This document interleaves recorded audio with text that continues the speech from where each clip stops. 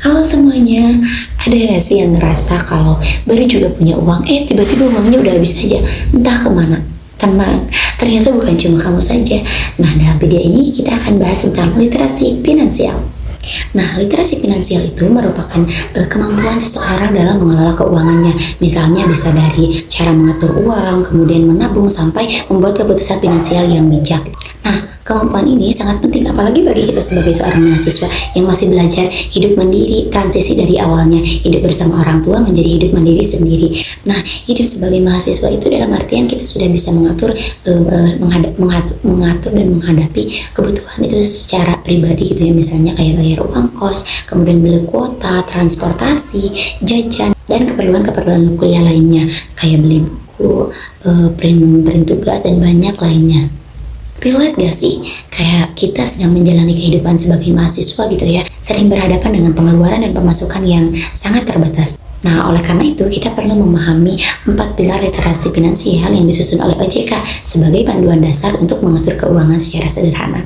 Nah, yang pertama, pengelolaan uang. Nah, kita sebagai seorang mahasiswa itu harus bisa membedakan gitu ya, mana kebutuhan, mana keinginan. Nah, kita bisa menggunakan metode 50, 30, dan 20. 50% untuk kebutuhan kita dan 30% untuk keinginan, dan yang terakhir yaitu 20% untuk tabungan atau dana darurat yang bisa kita gunakan. Yang kedua yaitu menabung dan investasi. Nah, sebagai contoh jangka pendeknya, kita misalkan menabung nih, punya tujuan dengan misalkan kita mau beli buku, kita nabung dulu. Nah, itu sebagai tujuan jangka pendeknya. Ketiga yaitu manajemen resiko. Nah, di sini kita sebagai mahasiswa itu perlu punya dana darurat. Nah, minimal kita punya dana untuk bisa untuk 1 bulan atau 2 bulan ke depan, agar ketika kita tidak ada pemasukan itu kita masih bisa melaksanakan kehidupan kita dalam jangka-jangka tersebut.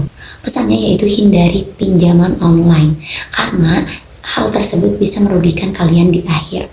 Yang keempat yaitu perilaku keuangan yang sehat. Nah, biasakan nih ketika kita mau mengeluarkan pengeluaran, kendalikan belanja yang impulsif dan buatkan prioritas. Nah, mana yang harus diutamakan dan mana juga yang harus masih bisa dikebelakangkan. Nah, sedikit demi sedikit lama-lama akan menjadi terbiasa hidup hebat. Nah, tahu gak sih bahwa dalam kurikulum Merdeka itu literasi finansial itu termasuk ke dalam kecakapan hidup yang masuk pada profil pelajar Pancasila, yaitu mandiri dan bernalar kritis. Jadi bukan hanya sekedar mahasiswa saja yang perlu mempunyai kemampuan ini, tetapi anak sekolah dasar juga mampu memahami atau mengetahui literasi finansial. Dengan literasi finansial kita itu bukan hanya sekedar menghemat uang saja, tetapi juga belajar membangun masa depan. Ayo kita mulai atur uang kita sejak dini.